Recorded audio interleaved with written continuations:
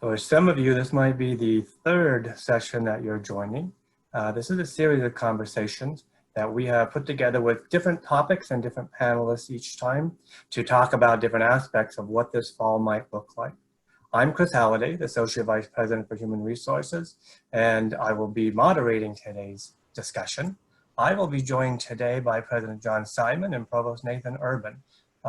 Pretty jam-packed announcement came out on Friday with a lot of good information, and we're going to be answering as many questions and talking about that to share as much information as we can today. We'll also be joined by our panelists today, who will be Rick Hall, Vice President for Student Affairs, and Katherine Lavinder, our Dean of Students. We'll be recording this session, so if you have to leave early or if you want to go back and look at it, know that it will be posted on the COVID-19 information page on the Lehigh University website. Also, just in case, for those of you who have been on the East Coast today, you know that we've been experiencing a number of storms as the tropical storm moves through. We might be experiencing a little bit of technical challenges along the way, but we think we've got most of them ironed out. All right, let's go ahead and get started. So we had a lot of information come out on Friday that people have been looking for. And we want to spend some time today with our special guest, President Simon and Provost Urban, to tell us a little bit about that. So, John Simon, President of Lehigh University, I'm going to turn the floor over to you. What can you tell us? Thank you, Chris. Welcome, and thank you to everyone for taking the time to join us this afternoon. I know you're here today seeking answers about the fall semester. And following my introductory remarks, Provost Urban and colleagues from the Student Affairs team will address many of them. I asked to join today's meeting so that I could briefly discuss the process of our decision-making. Our goal since we went remote last March was to bring all students back to campus as soon as conditions would safely allow. I, like you, am disappointed that this cannot occur this fall. Over the past several months, people across the university, faculty, staff, administrators, worked diligently to prepare for a safe return. We explored whether we could safely hold large number of in-person classes. Could we safely house students in doubles? How much space would we need for isolation in the inevitable instant that a student tested positive for COVID-19? How do we keep faculty and staff who are older and tend to be more at risk safe on our campus? What investments will we need to make in cleaning and other health and safety protocols, and could they be effective? We recognize the campus and our operations would need to be slightly adjusted or significantly different for health and safety, and we were determined to explore every avenue to achieve that goal. Overriding all of this planning was a hope that the arc of the pandemic would be improving over the summer, and in June that seemed to be the case. But over the last several weeks, the conditions have changed, and we clearly have not seen that improvement, and in fact have seen cause for concern as infection rates spiked in several parts of the country. As a result, we made a determination that we could only bring back a limited number of students safely, that we could hold a fewer number of in-person classes, and that we could only house students in single rooms with assigned bathrooms. To protect students, faculty, and staff, we have decided access to campus facilities will be limited. Another key factor in our decision was a lack of assurance that enough testing with acceptable turnaround times would be available. Ultimately, we made the difficult decision to offer on-campus housing to predominantly first-year students to enable them to have a semblance of campus life and acclimate to the university experience. We share in the disappointment that the entire Lehigh community cannot reconvene on campus this fall. While disappointing, we strongly believe it is the right decision for Lehigh and our campus community. I am in regular discussions with university presidents across the country and more frequently with those in our geographic region. We share ideas, best practices, and how institutions are positioning themselves to mitigate the spread of COVID-19 from a health and safety perspective. Our decision at Lehigh is informed by this landscape, the latest health guidance from the CDC and other agencies, advice from health professionals, conversations with state and local governments, and motivated by our highest priority, the safety of our community. I know that everyone realizes we don't control many factors that are dictated by the spread of the virus, and these factors determine our ability to operate safely. Likewise, there are a wide range of views about the impact of COVID-19, acceptable levels of risk, and how we should as a society and a university live our lives and conduct our affairs during this extraordinary time. We have heard the range of those views, and faced with an array of choices, we made the decision that we believe protects the health and safety of the Lehigh community, students, faculty, staff, and our neighbors in the greater Bethlehem community.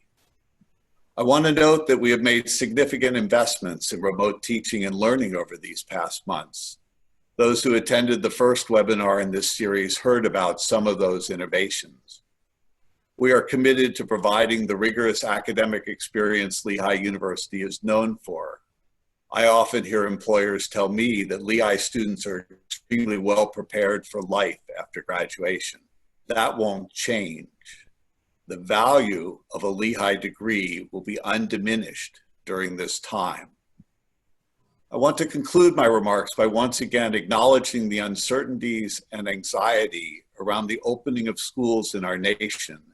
And as a parent of a college student myself, I understand these anxieties, and I understand your disappointment that all of Lehigh cannot convene on South Mountain this fall.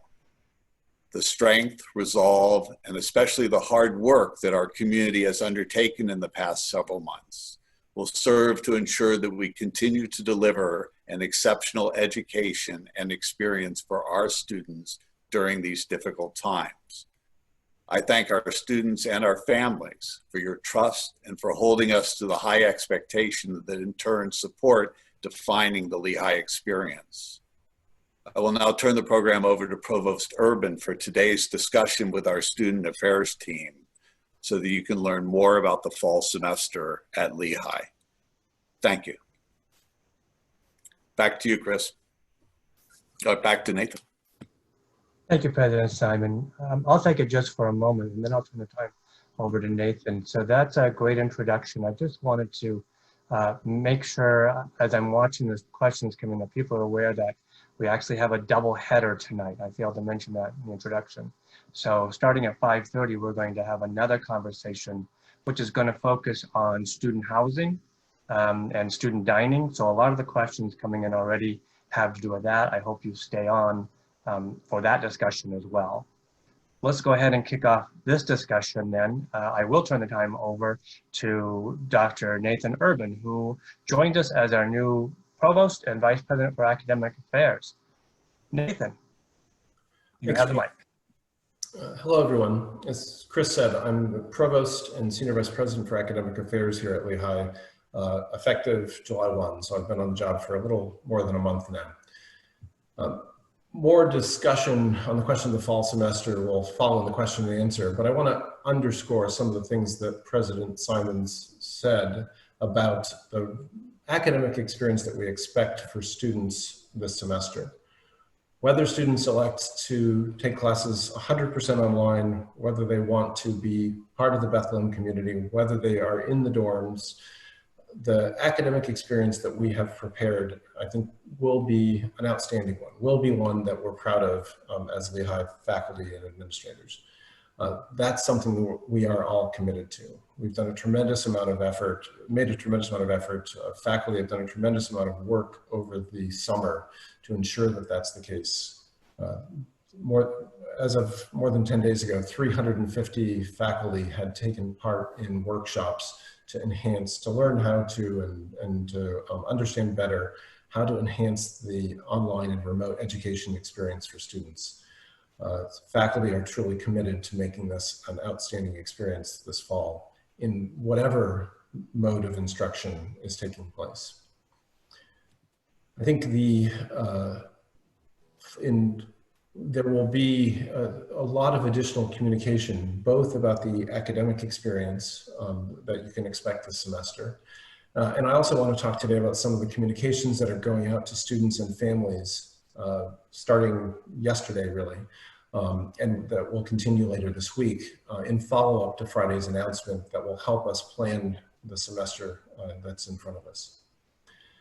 So yesterday we sent detailed information about how students can elect to take classes and to have their Lehigh experience be fully remote, and in return to receive a 10% tuition reduction.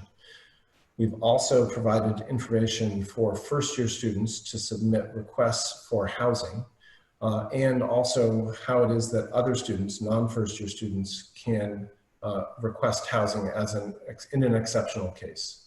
So that information is all out, and deadlines are coming up this week. So we're trying to very rapidly receive that information and then provide feedback as to the kinds of housing accommodations that we can make.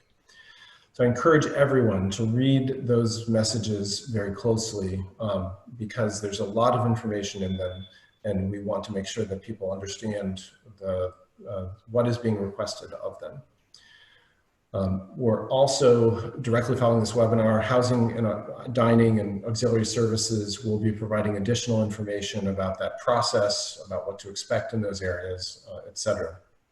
And in the coming weeks, you will certainly receive more communication directly relevant to your choices, the choices that you have made for studying and living. But the reality is that whatever choice you make, this semester is going to look and feel quite different for our entire community, even for those who are living on or near campus. It will be a different campus than it has been. Many of these changes will be similar to things that you've been seeing across the country and perhaps in your own community since this spring. We will be doing things that we think are helpful in avoiding the situations in which the virus can spread, either among the Lehigh community or to the broader Bethlehem community. These are things that will be familiar to you: mask wearing, social distancing, reducing the number of events where large numbers of people congregate. It's really a community responsibility that we have to undertake in order to prevent the virus from spreading within our community. And so the success of our semester will largely depend on that. In part because of these restrictions, there will be limited, perhaps very limited access to campus facilities, especially at the start of the semester. We will need to make adjustments to the availability of campus facilities, things like the libraries, recreation centers, even to classrooms over the course of the semester, depending on the progression of this virus. As President Simon mentioned, in June, we thought we were on a good trajectory to see declining numbers of cases up until the fall. That unfortunately was not the case. We will be monitoring what is happening in terms of cases and in terms of both on the Lehigh campus, but also in the broader Lehigh Valley community, so that we can be responsive to events that occur in order to protect our student and our faculty and staff populations. So it may be that if there is an uptick in cases in the community at some point during the semester, we will do things to further restrict access to campus facilities. It's also important for you to know that this changing landscape could still change again. One of the things that was important to us that President Simon mentioned in making the decision to restrict on-campus housing was the testing capacity that was available in the nation and specifically in the Lehigh Valley. Testing is a critical component to our response and to making our campus safe.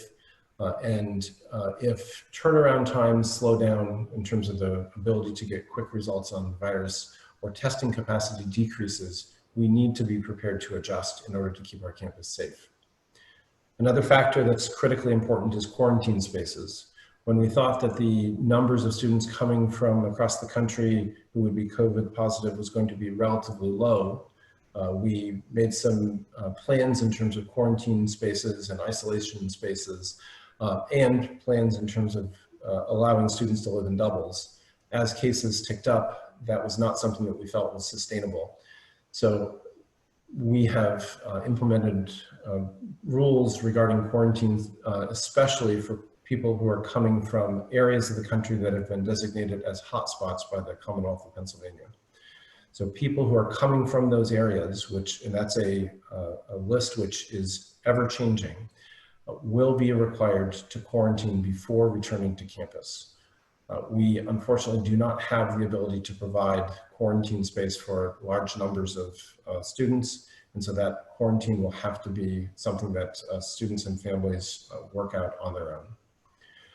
We are prepared during the semester to have spaces that are available for those who need to quarantine or who need to isolate. And the difference between quarantine is what happens when someone is suspected that they might have been in contact with someone or has some symptoms.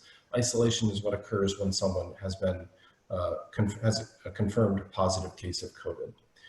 So we have the space to deal with quarantine and isolation during the semester, but we don't have the space to do the quarantine that would be necessary to follow the Commonwealth of Pennsylvania's guidance.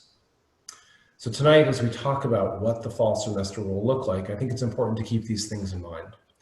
But I think it's also important to recognize and to emphasize that our entire community, students, faculty, and staff included, have a responsibility to the local South Bethlehem community. This was a critical factor in our decision-making for the semester. And our colleagues tonight will touch more on the expectations to which students must hold and to which we must hold our faculty and staff as the semester progresses in order to keep each other safe and healthy. So today we won't have a chance to answer every single question that you have, but hope to answer many, and much more detail will be available within the coming days through email communications and others, in addition to the second webinar that's being hosted after this one. So with that, I'll turn it back over to Chris. Great, thank you, Nathan. A lot of information in there. We're gonna now engage our panelists. Before we do, I wanted to thank President Simon for joining us. We realize that you have other obligations. You may need to jump off here soon in a moment, that's fine. Let me introduce now Rick Hall, who is our Vice President for Student Affairs. Rick, why don't you tell us a little bit about yourself and what you do here? Sure.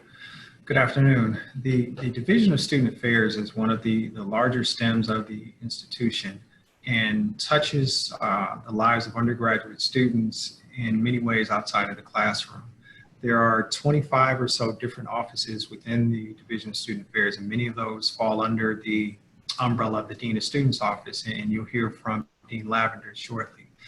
In addition to the Dean of Students Office, Student Affairs includes the Health Advancement and Prevention Services, or HAPS office, the Health and Wellness Center, and you'll be hearing from them and have heard certainly from the Health and Wellness Center over the last several days and weeks.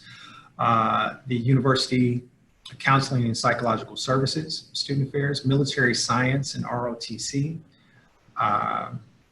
Assessment and Student Life Curriculum, University Center Facilities, and that includes Lambertson Hall, where many of our events occur on campus, and the Center for Writing and Math in Drown Hall also falls under Student Affairs. So several offices outside of the classroom that partner in many ways with faculty and certainly serve students directly, comprise Student Affairs.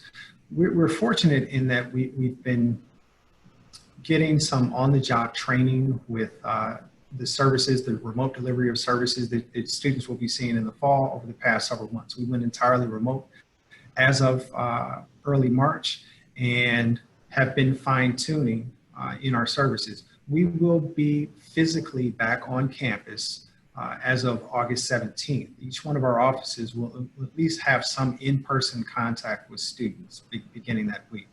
Many offices across campuses will continue to operate remotely, and we'll certainly have remote operations, but we will have in-person contacts, acknowledging that we are going to be having students physically on campus. We already do have some staff members on campus. We have live on staff within the residence halls, and we have had some students that have been required to remain here for the duration primarily international students, but some other students that are in the residence halls. But we do have live-on staff, live-on professional staff on campus, and also the staff members of our Health and Wellness Center have been here staffing Johnson Hall for the duration as well. But we will physically return the week of August 17th prior to the start of classes. And you're going to hear, and you've already heard from Provost Urban, the word different. Fall semester is going to be different in many ways. And as has been said, we're going to do what we can to begin to paint a picture of some of the differences, concrete differences, and some differences that I'm sure we haven't even imagined yet. This is new to all of us. And we're actually looking forward to seeing what the semester is going to look like and greeting our students in just a few weeks. Good. Thank you, Rick. I'm also pleased to have our Dean of Students, Katherine Lavinder, who is weathering the storm. Katherine, can you join us at least on audio and tell us a little bit about yourself? Yes, I will do my best, and I'm glad to be with you all today, albeit without video. Just want to say good afternoon to everybody, and thank you for joining us. My name is Katherine Lavinder again, and I'm the Dean of Students at Lehigh. I have been at Lehigh since 2011, and in my present role, I work closely with many of our student-facing offices, including many of the ones that come to mind for your students when they think of their campus experience. Like residence life, student engagement, leadership development, student conduct, first year experience, and our academic support areas. We have the privilege of working with students in many of their academic and outside the classroom experiences, and our staff have been working diligently over the past months to prepare for both virtual and in-person connection with students as fall semester rapidly approaches. So, we're excited to connect with our students in whatever way they're with us as fall semester begins. Okay. Thank you, Katherine. Okay, let's jump into the questions. A lot of them are coming in already. We've heard about how this semester is going to look different, especially particularly with the remote and virtual experiences that we're all going to have. So let's explore that a little bit. Perhaps the first place to start would be, what kind of access will students have to campus? I'll turn that over to anybody on the panel who wants to answer that. Sure. Well, and we'll start with the students that are living on campus or living off campus who are taking at least some in-person classes. Access to facilities on campus will be limited. The students who are living on campus will have access to their on-campus residence. And any student that will be accessing buildings on campus will be required to gain access with their student ID.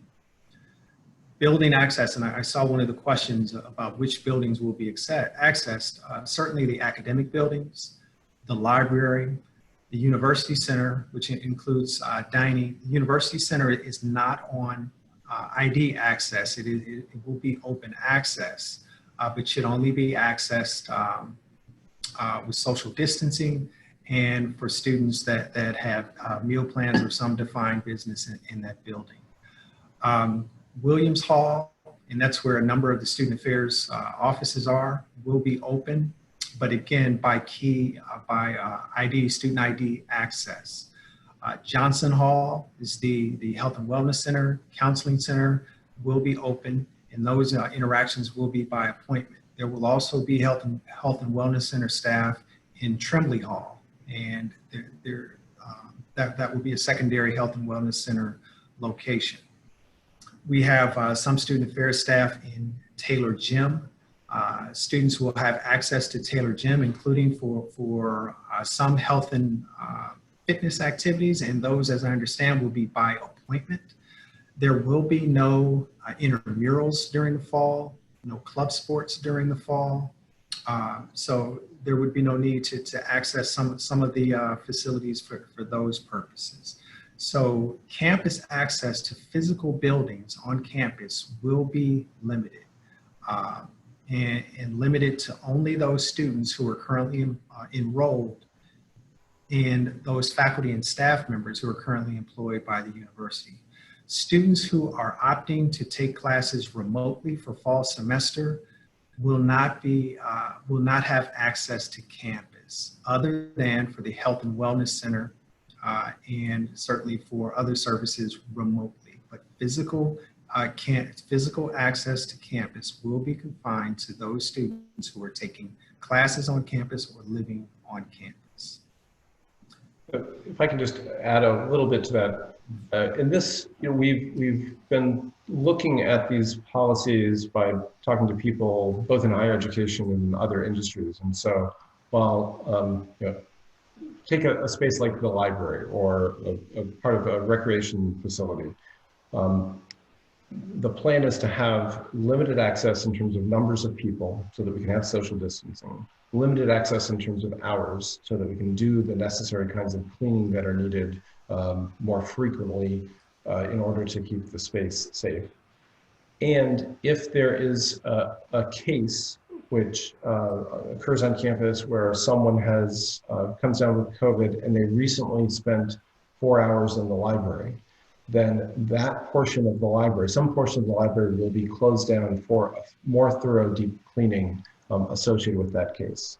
And this is something that we've seen in talking to partners from the higher education sector, but also from private industry, that being able to go in and modify a space and clean a space after a positive case occurs is something that's very important. So there will be shifting availability of spaces, and that goes for library spaces, recreation spaces, study spaces, and some of the offices that Rick has mentioned. So it's going to be a dynamic environment in terms of what's open. And if we were to have a cluster of 20 cases on campus, we might need to be able to make a larger scale change. If a lot of those cases were associated with a particular floor of a particular dorm, we might need to move people off of that floor of that dorm in order to do some additional cleaning or modification of that space. So this is the best practice that has been identified in trying to deal with COVID in other situations. And that's what we anticipate being able to do on campus over the fall semester. And we've already seen physical changes to some of the spaces within the buildings. And you'll certainly see fewer seats around tables. Availability of conference rooms in spaces like Williams Hall will be a lot less. And you'll see we already have couches and seating arrangements that have been taped off even to encourage and enforce social distancing. Signage on elevators with limitations on the number of folks that can take elevators, like in the University Center and some academic buildings. All of those same physical changes that you're seeing in your communities, they will also be mirrored on campus. What does this mean for clubs and organizations? Will there be any events on campus at all? Yes, and I'll let Dean Katherine take the first shot at that. Sure. I think what we'll really see a shift in this year is, whereas there have been a lot of club and organization planned events on campus, we're going to see staff take on more of the role of planning those events. So clubs and organizations are going to be limited by space restrictions in terms of what's permissible and what's safe to do on campus. So our staff are really taking a look at what events they can program both virtually and in person to make sure that students are having opportunities to engage. So some of the pieces that come to mind for students might be Lehigh After Dark events. Those will still continue. And programming like Sophomore Escape and the Club Summit, which is organizational leadership training, those will also happen in virtual formats to reach a wide array of students. Our student organizations will definitely experience limitations in how they can operate and the interaction they're able to have with others on campus. Good, that's important to know. We're getting a number of questions coming in. If for first year students, what can they expect as far as support? I'm happy to jump in on that. So, with first year experience, we often think about orientation as their introduction to the campus life. And this year, our orientation experience will be virtual. So with that program, as always, our goal is to get students connected to each other in campus. They will still be assigned to orientation groups and orientation families, so they build connection. And the purpose of orientation and those groups is really to expose students to resources on campus and to each other to make sure they're building those social connections that we know matter, as well as they're connecting to resources that help them to be successful in their experience. The Office of the First Year Experience is doing a lot of work at this point, considering ways that they can work on those groupings with students. So for example, one way might be grouping remote students from a particular time zone together, so they have the opportunity to interact with each other around some common experience and timing in their day. So we're really building those orientation groups to maximize intentionality and to make thoughtful connections with other people. 5x10 programs, which are an educational series that first year students always complete. Those are also going to happen this year in virtual formats, but those provide students opportunities to learn about campus, to explore topics of interest, and really think about areas that they want to grow and learn in their Lehigh experience. Another piece I'll mention with our first year experience is Navigate LU, as a program that we've done in the past, and we're talking about, changing that program with a changed year to think about ways that we're bridging connection between first year students and Lehigh staff, as well as students who are orientation leaders. So that will be a program where students are paired with their orientation leader, as well as a staff member who can serve as a connection, talking to them as they adjust to the Lehigh experience, whether that be virtual or on campus.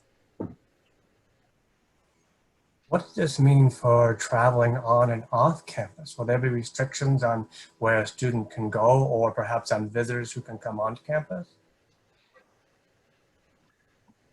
We recognize it's going to be impossible to restrict movement. Students will go on and off campus. We hope that they will do so responsibly. There will be restrictions on access to campus. The students, there will be requirements regarding access to buildings. As I said, only our students should be in the residence halls on campus. So there is restriction on that. There will be community expectations regarding visitation to off-campus residences, even an activity at off-campus residences. And there is an expectation that gathering sizes be confined to 10 or less, inclusive of the students that live in an off-campus residence. The local establishments, there may be restriction, or there will be restriction as far as number of patrons that can go to an establishment off campus. We may see that some establishments are closed or have limited hours. The one thing that folks might want to look at right now, we began Music Fest this past weekend. Mm-hmm. And each year that event draws literally tens of thousands of people to Bethlehem. This year, Music Fest has gone virtual, and the crowds, and there are some, a very limited number of live acts that are still there, but it is nothing compared to previous years. And I believe that it's a pretty good precursor to what life will look on, not just at Lehigh, but other campuses across the country. Those large-scale events from the past will simply not be in place this semester. Yeah, quite a few things will look different. Tell us how Greek life might look different. Mm-hmm. Dean Lavinder? Yes, Greek life will absolutely look different. Even if we look at the most basic of requirements that we have in the state of Pennsylvania, is indoors groups of more than 25 can't gather. So on a very basic facilities level, even many of the spaces where groups could have large meetings or gatherings on campus, those will no longer fit many people, and can't put more than 25 there anyway right now. You know, we know a number of our upper class students live off campus, and you know, we're going to be very clear with students that gatherings of over 10 people, including residents of that house, are not approved. So you know, that speaks broadly rather than to just Greek students. But as far as our Office of Fraternity and Sorority Affairs staff, they're working right now to think about what a virtual experience looks like for those organizations, recognizing that members can be, you know, in vastly different places. We could have some who are fully remote, some who are off campus, some who are serving as griffins, so experiencing very different things. So they're working on building a resource bank related to recruitment and retention throughout fall 2020. They will continue to encourage and help students think about what recruitment looks like in this virtual world, and in a way that's going to help them to continue to stay healthy and successful in terms of their size. So OFSA will offer information sessions and provide engagement opportunities for interested potential new members preparing for spring. And we will also see that, you know, obviously the fraternity and sorority houses that they've occupied will not be operational this fall. So a big change for them. But those organizations, what I can commit to very strongly is that they will have strong support from OFSA. The coaching efforts that office is known for will continue with councils and chapter presidents. And if folks have any questions about Greek housing, those can be communicated with, you know, housing and residential services. So like all clubs and organizations, most of their activities will be conducted virtually during the fall semester. And fraternities and sororities, our chapters, we know that they have been meeting, or at least their executive boards, they've been meeting over the summer and planning on what fall semester is going to look like by themselves and in conjunction with our OFSA staff. Additionally, the national offices have been providing guidance on remote operations for chapters around the country. So I don't think we'll be starting cold with Greek Life. We've been interacting with them throughout the summer, and the chapters, they will continue to function. Greek Life, other student organizations on campus, they will function. It will just be different and primarily virtual, although there will be some in-person programming and interaction on campus. I fully anticipate that. And realize that those coming back who might be interested in Greek life already usually have had experience on Lehigh. For the first year students, what can they expect that orientation is going to look like? Is that orientation to campus or orientation to Greek life, Chris? I'd say orientation to campus. Orientation to campus. Well, that was, as I mentioned a little bit earlier, it will be largely a virtual experience.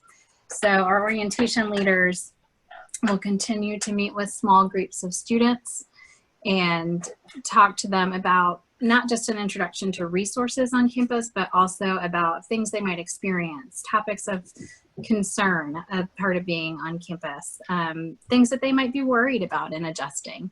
So the goal of orientation is, first, we know students are very interested in building social connections, so making sure they have the opportunity to do that, and also making sure they have at least an introductory look at the resources and things available to support them in being successful. So there's a strong academic component of students learning about their colleges and what's expected of them there, the social components, bridging connection with resources, and you know, orientation doesn't end with those first few days on campus, but it continues through those 5x10 programs, through you know, the program connecting first year students and staff with orientation leaders throughout the first semester. So it's definitely an ongoing effort of investment in our students' adjustment to campus life and their academic experience at Lehigh.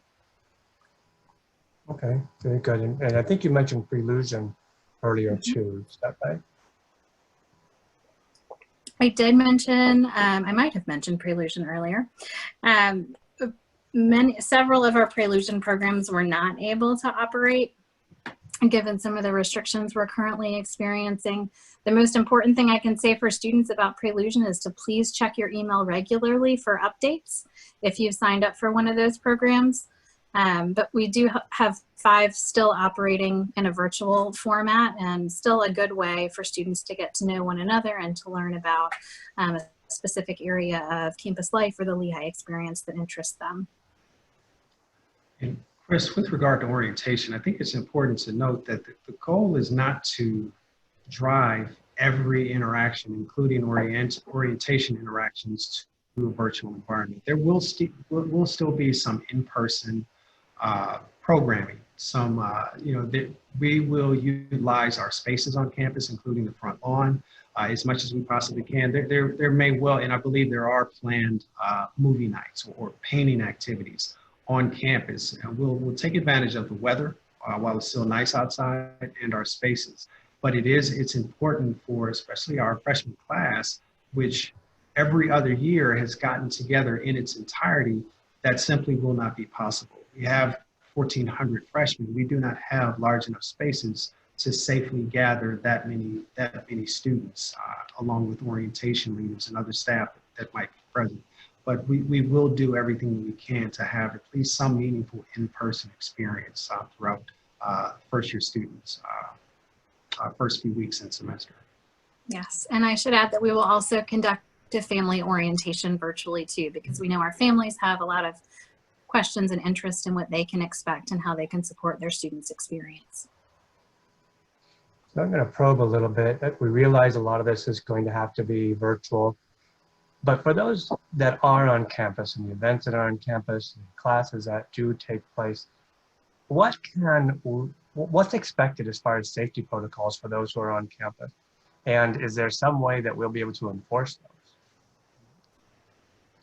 I can take part of that. So there are a number of things in terms of both the enforcement and the actual protocols that we've provided on the COVID-19 website, but just to highlight some of them. All people coming to campus, faculty, students, and staff, will have to partake in a training module describing our policies about mask wearing, about social distancing, about other requirements for people who are making use of campus spaces. So for example, every day that somebody wants to have access to campus, they need to provide information about any symptoms that they might have through an app that is available. It's called the Hawkwatch app that people can download and have it on their phone. That's for faculty, staff, and students. If you can't put it on your phone, there's also a website that makes that same survey available. That survey will be required and will then give you access to campus, swipe card access to buildings, etc. So that is one way of being able to assess what's happening on campus in terms of health and safety. In addition, we have changed facilities infrastructure by reducing seating areas. We've modified HVAC systems in buildings where that's been possible to increase the outside air, the sort of fresh air that comes into buildings, to also provide better filtration. The standard for filtering sort of virus particles is called MERV 13, and so we've installed MERV 13 and higher levels of filtration system in a number of different facilities where that's been possible. We also, by restricting access to facilities, so just for example, the library, which is currently in operation over the course of the summer, as are some research labs and some other facilities, they look different. They are, there are fewer chairs. There are, in many cases, there are partitions that have been put in place in order to enforce separation between people. In a laboratory environment, there may be a partition at one part of the lab bench to prevent close contact between two people who are sharing opposite ends of a lab bench. But there are a variety of these things that have been put in place and that are already physically sort of visible on campus that are part of our overall approach to enhancing health and safety. That said, it's going to be dynamic. If there's a problem in a building or a problem in a, we will modify it. We may reduce the hours, we may increase, we may reduce the number of people who to that space. depending on what current standards, current thinking is about the health and safety requirements for those kinds of spaces. And that's something that is happening in many parts of the country and many industries now, that these modifications are currently occurring. Good. There's a question that came in about enforcing. Is that going to be the responsibility of professors, of Lehigh police, of each person on campus? How might that look? Yeah, I should have followed up on that part of the first question as well. So we have a number of things that we plan to do in terms of enforcement. We've provided guidance to, for example, faculty and staff across the university, how to have a conversation with somebody who's not wearing a mask, how to start in a sort of de-escalating way, reminding them to wear a mask, pointing out where masks are available, et cetera. If that person refuses to wear a mask, giving, say, a professor in a classroom guidance that if they want to end that class at that point and have everyone leave, that's fine. Health and safety has to take precedence. And so if there's someone who's not wearing a mask, who's not social distancing, we give people the latitude to do the right thing, to do the thing that promotes health and safety. If there are people, and by the way, if that person is refusing to wear a mask, that will be a violation of our COVID code of conduct. We've put in place a group that involves faculty, staff, and students who would evaluate those conduct cases. And there would be punishments available for those individuals who are violating those codes of conduct, whether that's not wearing a mask on campus, whether that's being involved in a large gathering on or off campus. The health and safety of the community depends on people doing the right thing, and so we have to be able to enforce those policies that we have put in place. Rick, do you want to talk any more about the COVID code of conduct, or Katherine? Sure. And Chris, the weight or the responsibility, it was, you gave 3 different options. It's the third option. It will be a community enforcement. Everyone within our community has to cooperate and hold each other accountable, or else we will not be successful. The COVID code of conduct with regard to students will be pretty straightforward. Social distancing, masks, and as the provost mentioned, there will be a panel to review reported instances of violations of the policy. And the sanctions include or progress up to removal or expulsion from the university.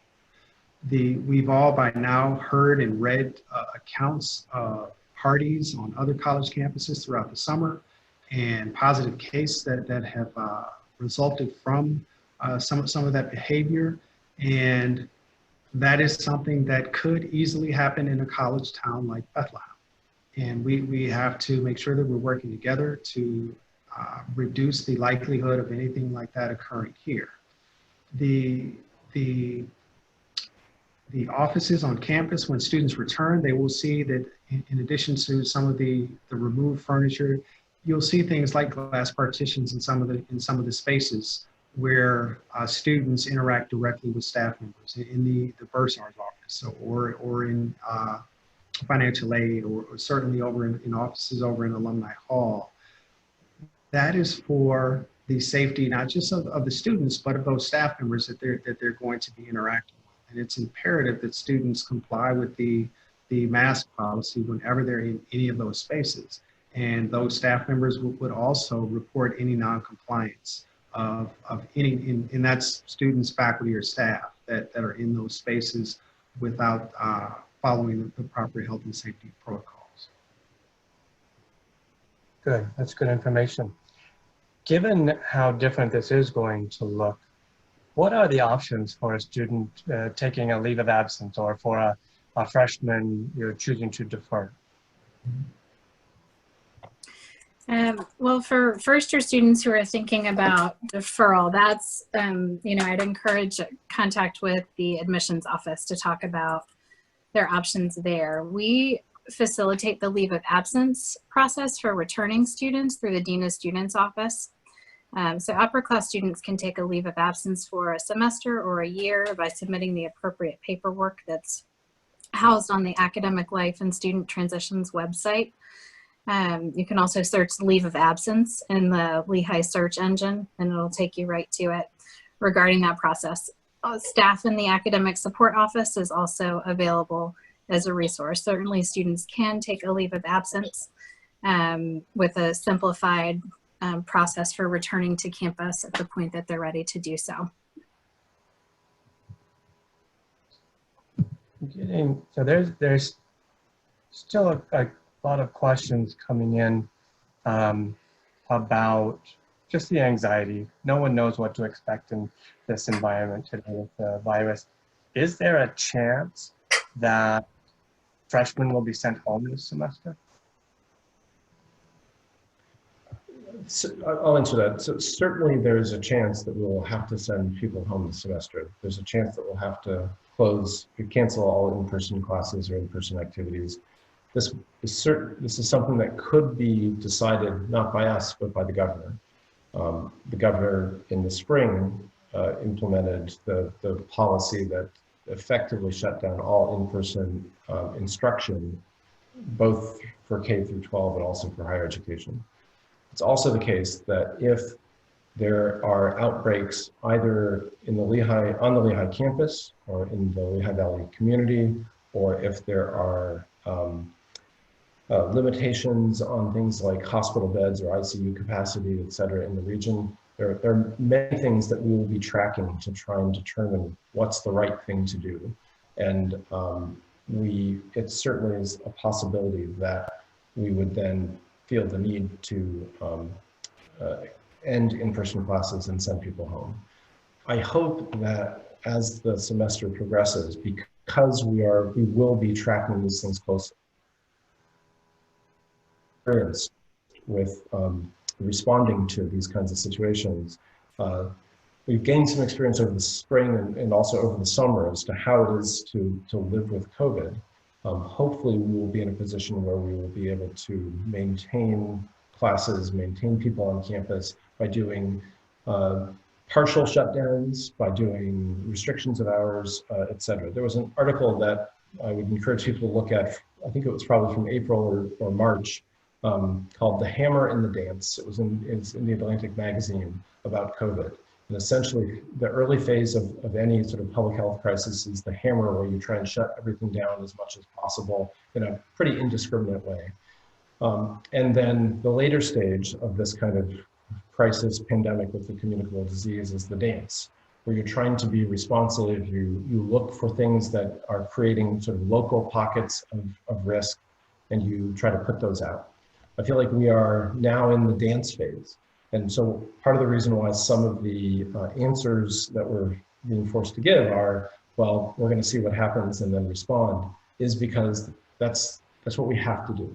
We have to look at what is happening on our campus and respond to those events that cause risk.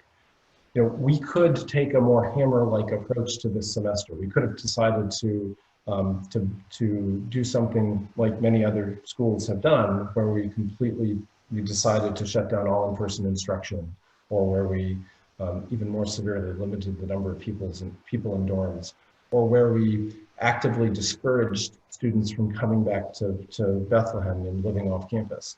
My own daughter is a sophomore, and not at Lehigh, at another school, and while initially she thought she was going to be able to go back to college this year, probably a little over a week ago, 10 days ago, we got the announcement that she's not going to be able to participate in person her sophomore year. And the school made a strong recommendation that people not show up, not move into apartments, the school's in Atlanta. They essentially said, don't come to Atlanta, to all students who are not going to be in dorms. We've elected not to do that because we recognize that students would benefit from, in some cases, and it's the choice of individual students and families, would benefit from being able to access some of the things on campus, but even if they're living off campus.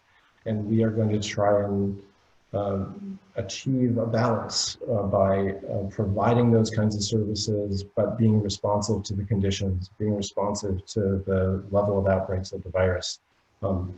It's a more complicated solution than saying that we are just going to shut down and everybody go home. And but it is something that we think provides genuine educational benefit and developmental benefit to the students at Lehigh.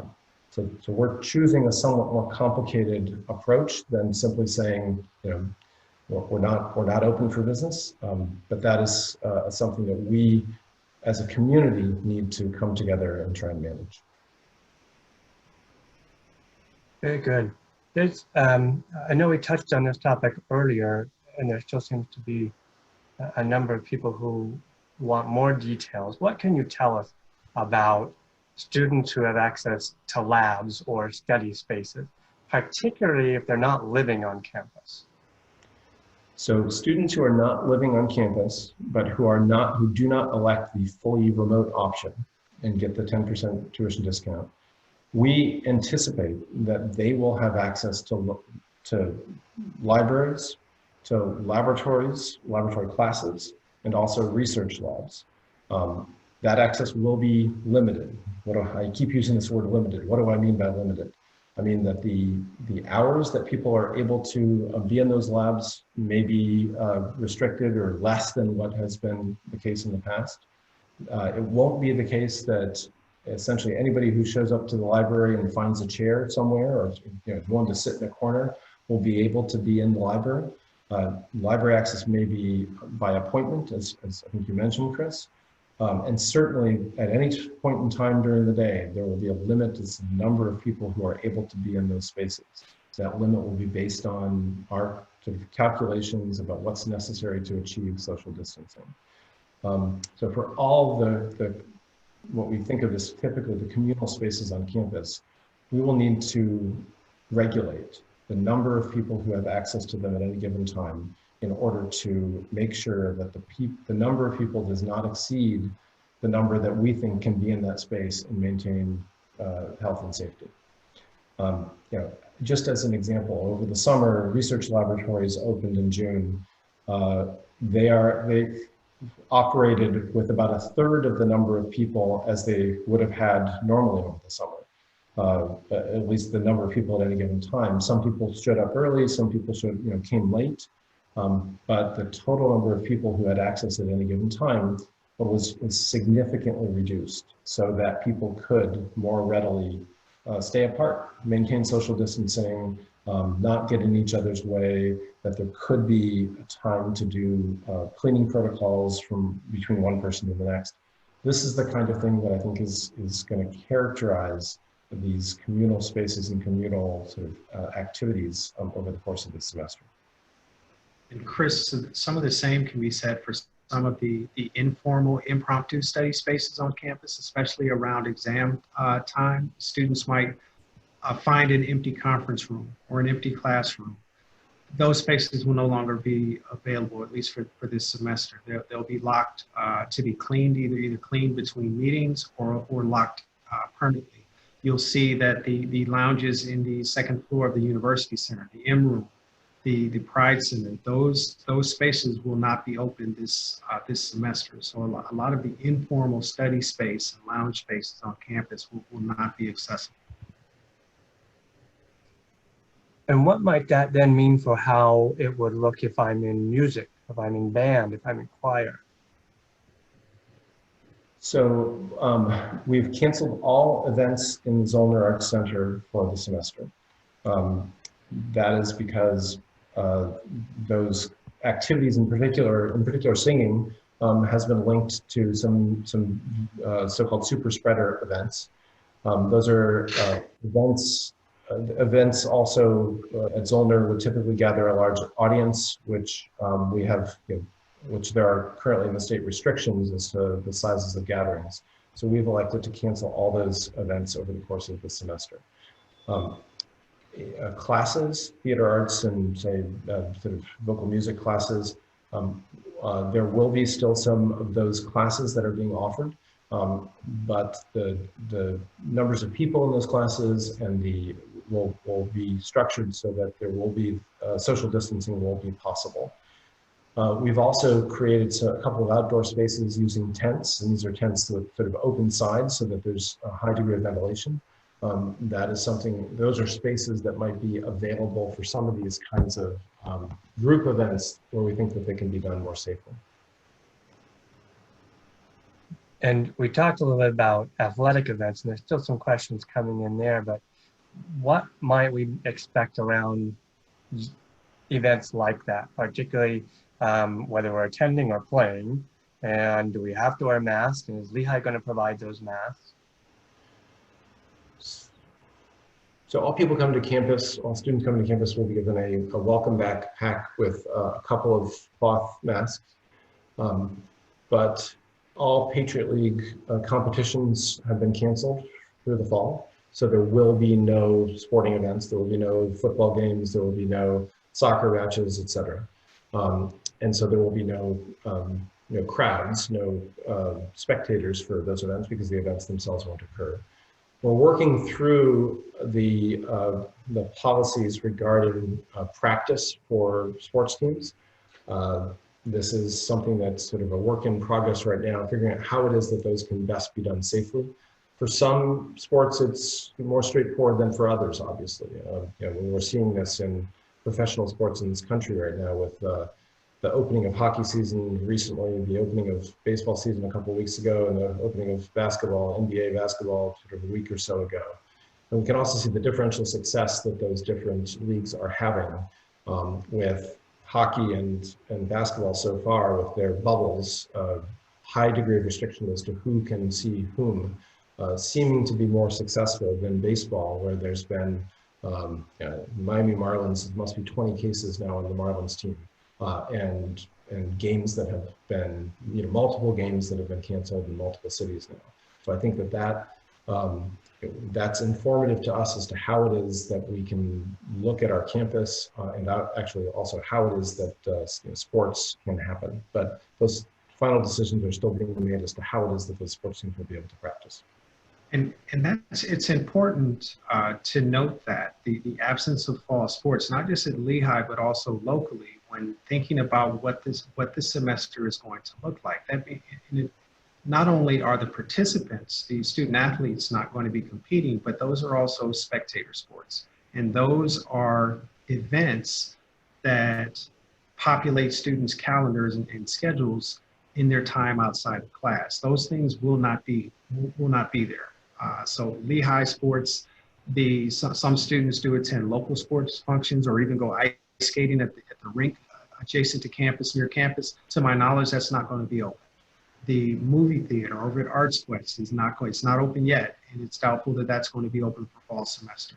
The movie theater out at the Promenade shop several miles from campus is not open, and it's unlikely to be open anytime soon.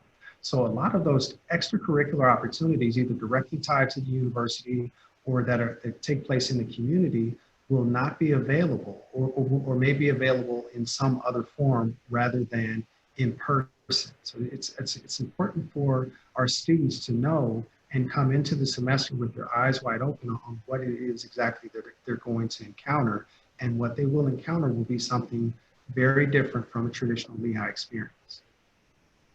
And even our Marching 97, what's going to happen to our beloved Marching 97? Do we know yet? I couldn't speak to it, but I'll miss them. All right, we'll keep working on that one. There is a question that keeps coming up. I have to ask it. With the less people on campus this fall, are freshmen going to be allowed to bring their cars? So while having more parking spaces on campus may seem like an opportunity to allow freshmen, so I think the decision has not finally been made, but I will say that one of my big concerns about allowing freshmen to have cars on campus would be that they would then return home frequently. And so we would like, as much as possible, to have students come to campus once at the beginning of the semester and go home before Thanksgiving. That is what we see as the best way to reduce community spread.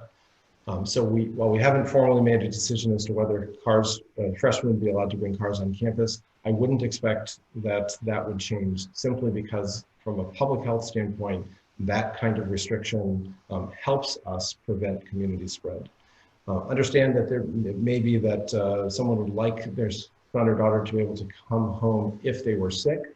We will certainly facilitate. If a student gets sick, we will certainly try and facilitate getting them home and allowing them to be in isolation space until someone can come and get them home. But cars on campus, I have a significant concern that would lead to a higher degree of spread in the community. And so should we interpret that also to mean family, parents coming to visit students on weekends? Certainly right now, and I think into the fall, guests on campus will be even more restricted than students on campus. Students will not be able to go and see their friend in another dorm. Access to dorms will be only for those students who are living in those dorms. And similarly, there will be very limited access for anyone else into those dorms. We're doing the same kinds of things in other campus facilities, where even contractors who want to come in and fix the air conditioning system have to go through an elaborate process of training. They have to answer health questions, et cetera. So anyone who comes to campus right now, even for a purpose like fixing an air conditioning system, has very significant restrictions. And so there will be significant restrictions for any guest of students who might want to come to campus. That said, we can't and wouldn't prevent a mother and father from taking their son or daughter out to dinner, as long as dinner is happening in some place in Bethlehem under sort of appropriate circumstances, assuming that restaurants are open. That's something different, but access to campus is going to be very significantly restricted. And you talked earlier about Taylor Gym, maybe appointments there, access to library that might have limited access, but that would be open. Does that mean that I might only have a certain number of hours I can be in the library? Yes. And only a certain number of people might be allowed in the library, something like that? Yes, exactly. Okay. And Chris, your mention of Taylor Gym, I do want to clarify one thing with regard to the gym. There will be intramurals. Many of the intramurals, though, will be virtual, but there will be intramurals in the fall. And there will be some in-person distance or singular skill intramurals. So there will be intramural activity, just not the way that we've had it in the past. Okay, yeah, that's good. That's an important clarification. And folks, go ahead. No, you go ahead. If you're gonna say that. I was just going to say just about that.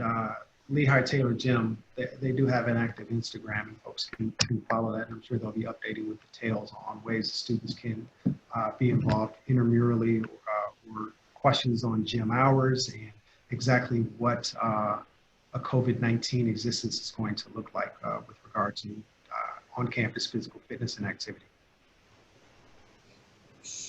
I think we might be addressing this more in the next session, next hour, but should we expect to see more custodial crews on campus, more police presence on campus, anything like that? More signs? There already are lots of signs on campus, signs reminding people to wear masks, socially distance, etc. Signs in some cases with marks on the floor to show sort of one-way traffic through parts of campus buildings. Some doors are now into the building only and out of the building only, etc. So there's been a fair bit of signage created in order to remind people of what they can and can't do. There will be an increase in custodial staff because of the enhanced cleaning that will be done in dormitories and campus buildings, etc. I don't anticipate there would be an increased police presence. I'm hopeful that most of the enforcement of the conduct is done not by police, but by each other, that we are holding ourselves responsible, holding each other responsible for maintaining a safe campus. There will be, as we've said, a separate conduct policy for COVID-related cases with a separate panel that will evaluate them and issue recommendations. Very good. We're getting close to wrapping up this session here. I want to put one last question out there. There's people have been very studiously looking at registration and looking at the classes they can register for, and noticing that now, some of them have changed over the last few weeks. Will that solidify here soon so that we know what we're signing up for? So Chris, you dropped out a bit during the question. Can you say it again? Yeah, just there's some, as people try to register, they've noticed that some classes have changed from hybrid to now online. How will we know when that's solid? Yeah. So with last Friday's announcement, some classes indeed have changed, mostly classes that involved sophomores because of the relatively small number of sophomores who would be living on campus. That should, all those changes should be solidified within the next few days. There's been an effort to try and get faculty to reassess and make decisions and to get that information in the registrar site. I don't know exactly when the deadline for that is, but there's been a big push to try and make that happen as soon as possible. Very good. All right, we're about out of time. Before we close up, Nathan, is there any last closing comments you'd like to make? Sure. So first of all, I'd like to thank everybody for their patience and their understanding in this very difficult time. We have been working very hard to try and put together a new set of information, answers to questions, and we need information from all of you about your preferences, both with respect to living and studying at Lehigh. So it is our efforts to try and gather this information and get that back to you, get new information back to you as soon as possible so that we can describe to you what to expect, what the structure will be, what kinds of, what the situation will be for you as students or for your sons and daughters. As I mentioned, I have been in different ways going through a similar situation myself with my daughter, sophomore, my son who graduated from college last year without a graduation ceremony. So I certainly understand the concern, the sense of loss, the frustration. We've been trying to do the best we can given the rapidly changing situation with respect to the virus across the country. And I appreciate that there is concern, that there is frustration. At the same time, we are trying to do the best we can to get you the information that you need, and to have a degree of flexibility where possible so that we can all together create a memorable and productive semester for all Lehigh students. Great. Thank you, Nathan. I'd like to thank our panelists, Rick Hall and Katherine Lavinder as well.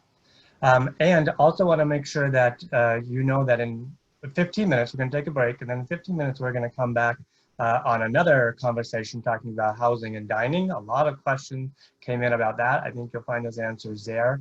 Remember that it's not a continuation of this one, so you'll need to log off here and log on to the other Zoom address or Facebook event that we have for that event.